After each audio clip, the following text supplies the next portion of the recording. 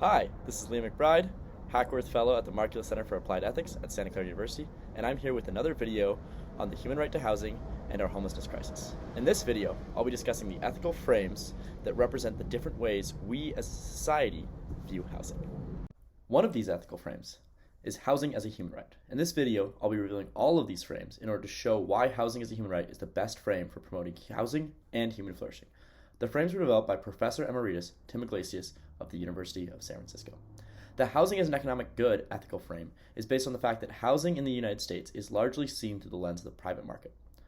Housing is seen as an investment opportunity and as an economic asset. Under this frame, housing is bought and sold as any other good would be in society. Proponents of this frame say that deregulating construction and loosening zoning laws are the best ways to address the housing crisis.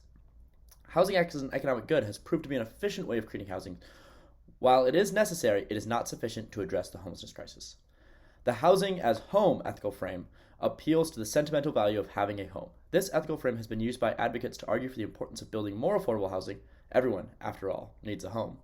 But it has also been used by many people who are opposed to affordable housing.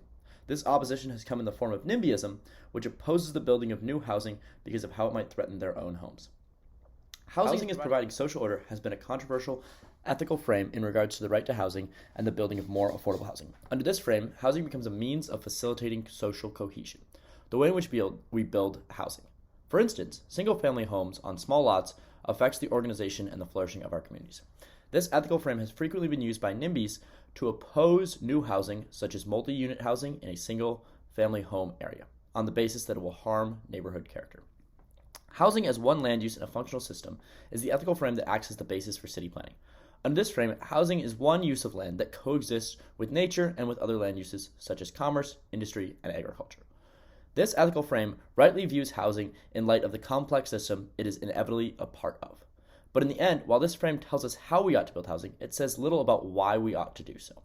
The final ethical frame is housing as the primary basis for self-governance at the local level. Under this frame, control of housing laws is the chief means by which local governments hold power.